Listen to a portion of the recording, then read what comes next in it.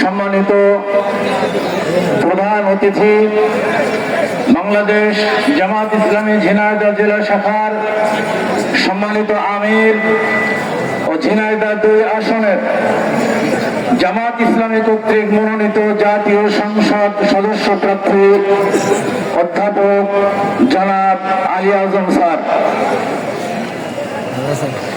উপস্থিত আছেন জেলা নায়েবে আমির মহেশপুর কোটচাঁদপুর এই আসনের মনোনীত প্রার্থী অধ্যাপক মতিয়ার রহমান, সম্মানিত জেলা সেক্রেটারি, জেলার বিভিন্ন পর্যায়ের দায়িত্বশীল ভাইরা, থানা সেক্রেটারি সহ বিভিন্ন পর্যায়ের সম্মানিত দায়িত্বশীল ভাইরা, আমার সামনে উপস্থিত তৌহিদি জনতা, সবাইকে আমি সংগ্রামী সালাম জানাচ্ছি। আসসালামু আলাইকুম ওয়া রাহমাতুল্লাহ। আমরা শুকরানা সমাবেশে এসেছি, এটা শুকরিয়া। দীর্ঘ 16 বছরের ফ্যাসিবাদের অবসান ঘটেছে, শেখ হাসিনার অপশাসনের পরিসমাপ্তি ঘটেছে এই বাংলার জমিন থেকে। আল্লাহর কোরআন বলছে আমাকারু আমাকারুল্লাহ আল্লাহু খায়রুল মাকিরিন। তারা ষড়যন্ত্র করে, আল্লাহ বলছেন আমি কৌশল করি, আর আল্লাহর কৌশল হচ্ছে সবচাইতে চূড়ান্ত এবং সবচাইতে সফল।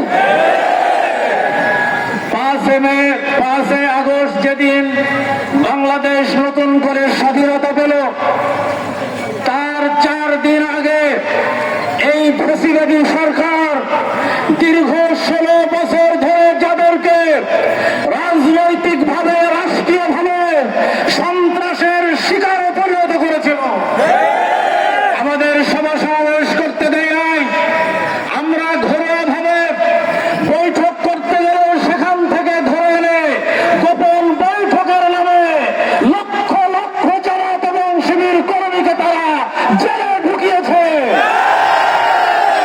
অসংখ্য ভাইকে তারা শাহাদাত বরণ করিয়েছে। এই ঝিনাইদহে জহুরুল ইসলাম, ইবনুল ইসলাম, পারভেজ সহ 20 জনের অধিক ভাইকে তারা ধরে নিয়ে গিয়ে হত্যা করেছে। এগুলো সব হয়েছে শেখ হাসিনার নির্দেশে। আমাদেরকে 4 দিন আগে নিষিদ্ধ করেছে নির্বাহী আদেশে। আল্লাহ বলছেন আমার কৌশল হচ্ছে সর্বোত্তম। 4 দিন যেতে পারে নাই, বাংলার জমিন থেকে তার কর্মী বাহিনীকে নিতে পারে নাই, দিল্লিতে চলে গেছে। এটাই হচ্ছে আল্লাহর কৌশল। এমন দেউলিয়াতের পর্যায়ে আওয়ামী লীগ গেছে, যারা ঢাকায় গিয়েছেন, যে গণভবন, প্রধানমন্ত্রীর কার্যালয়, ধানমন্ডি 32 নম্বরের বাসা, এগুলোর আর কোনো অস্তিত্ব বাংলার জমিনে নাই।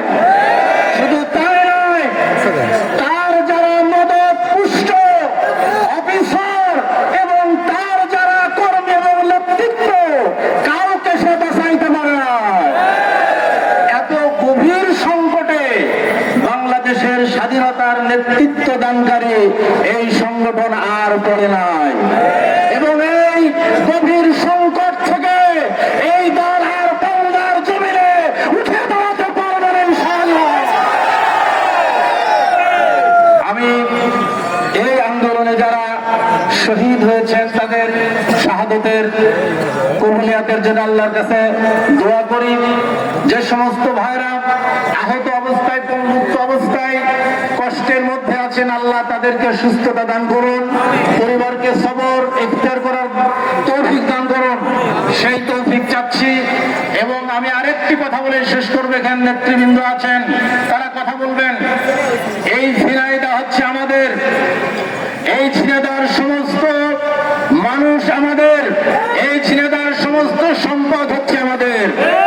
আমাদের এই বিজয়ের মুহূর্তে এক শ্রেণীর কুচক্রী মহল, তারা আমাদের ভাবমূর্তিকে নষ্ট করার জন্য সংখ্যালঘুদের উপরে তারা আক্রমণ করার চেষ্টা করবে। এদেরকে রুখে বাংলাদেশে এখন কোনো প্রশাসন নাই, পুলিশ নাই।